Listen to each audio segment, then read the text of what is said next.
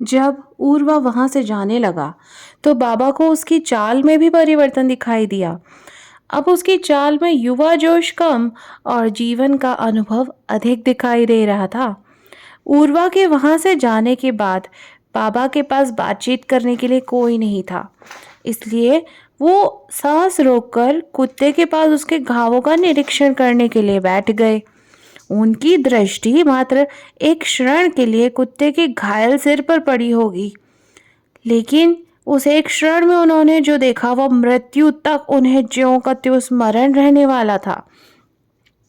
सफेद चिकने कीड़ों का झुंड कुत्ते के सिर को तेजाब की तरह काट रहा था। आधा सर तो कीड़े खा ही चुके थे। पता नहीं कुत्ते में जीवन कैसे अटका हुआ था।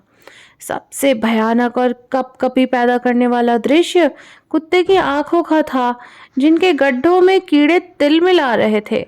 नेत्रपिंड नीचे गिरने को हो रहे थे। बाबा को सिर से पैर तक कपकपी हुई तो वह कूद कर खड़े हो गए और 8-10 पीछे जाकर पूरी श्वास ली। कीड़ों से उन्हें इतनी घिन आई कि वो कब घृणा में बदल गए उन्हें पता ही नहीं चला। वे कल्पना करने लगे कि कैसे वे विष युक्त औषधि को कीड़ों पर उड़ेल के उनका नाश करेंगे। कीड़ों के प्रति घृणा अब क्रोध में बदल गई और उनके क्रोध का लक्ष्य बन चुके धनुष्क और चाचा बसंत, जो औषधियां लेकर अभी तक लौटे नहीं थे। अरे ये दो निकम्मे कहाँ रह गए? बाबा ने दांत पीसते हुए कहा। यद्यपि वे दोनों समय पर थे, वे वहां से 1-2 मील की दूरी पर औषधियां चुन रहे थे। बाबा का समय ज्ञान गड़बड़ाया गया लगता था। कुछ क्षण 1 घंटे की तरह बीत रहे थे। घिन, घृणा और क्रोध की वे तीव्र भावनाएं जो तिल मिलाते कीड़ों ने जगाई थी, बाबा को डुबो रही थी। कुछ क्षण के बाद सरोवर के किनारे जड़ी बूटियां चुन रहे बसंत और धनुष्क को एक विषैले सांप ने काट लिया। उनके मुंह से झाग निकलने लगे और वे अचेत हो गए। औषधियां लाने में देरी अब बाबा के अशांत मन की कल्पना नहीं, वास्तविकता बन गई थी। जल कन्या के रहस्य को जानने वालों के लिए बसंत और धनुष्क को सांप का काटना कोई दुर्घटना नहीं थी। कुत्ते के सड़ते तन में उपस्थित कीड़ों के समूह की भी एक आत्मा थी। कीड़े देखकर जो घिन, घृणा और क्रोध बाबा के मन में पैदा हुआ था, वे उससे स्वयं को अलग ही नहीं कर पा रहे थे। परिणाम स्वरूप कीड़ों की आत्मा और उनकी आत्मा के बीच नहर बन गई, जिसके माध्यम से बुरे कर्म बाबा की आत्मा की ओर प्रवाहित हो गए और वे कर्म तुरंत फलित भी हो गए। बाबा के 2 प्रियजन को सांप ने काट लिया। कहाँ वे कीड़ों पर विष डालने की कल्पना कर रहे थे और कहाँ अब उनके प्रियजनों की रगों में विष बह रहा था। कुत्ते के पीछे छिपी जल कन्या को उन्होंने पहचान लिया था, लेकिन कीड़ों के पीछे की जल कन्या को वे नहीं पहचान पाए थे। वे उस जल कन्या यानी कीड़ों की आत्मा को मुक्ति देने में असमर्थ रहे। उल्टा उस जल कन्या ने बाबा को ऐसे जीवन में खींच लिया था जहां उनके 2 प्रियजन उनके कारण मृत्यु की कगार पर थे। बुढ़ापे में अपने प्रियजनों की मृत्यु के दोष का बोझ लेकर जीना तो शायद कीड़ों के जीवन से भी बदतर होने वाला था। बाबा ये सोचकर वहां से चल दिए कि वे स्वयं ही शीघ्रता से झील के किनारे जाएंगे और वहां से जड़ी बूटियां लाकर कुत्ते को स्वस्थ करेंगे। असमंजस में फंस गए कि दाएं जाएं या बाएं।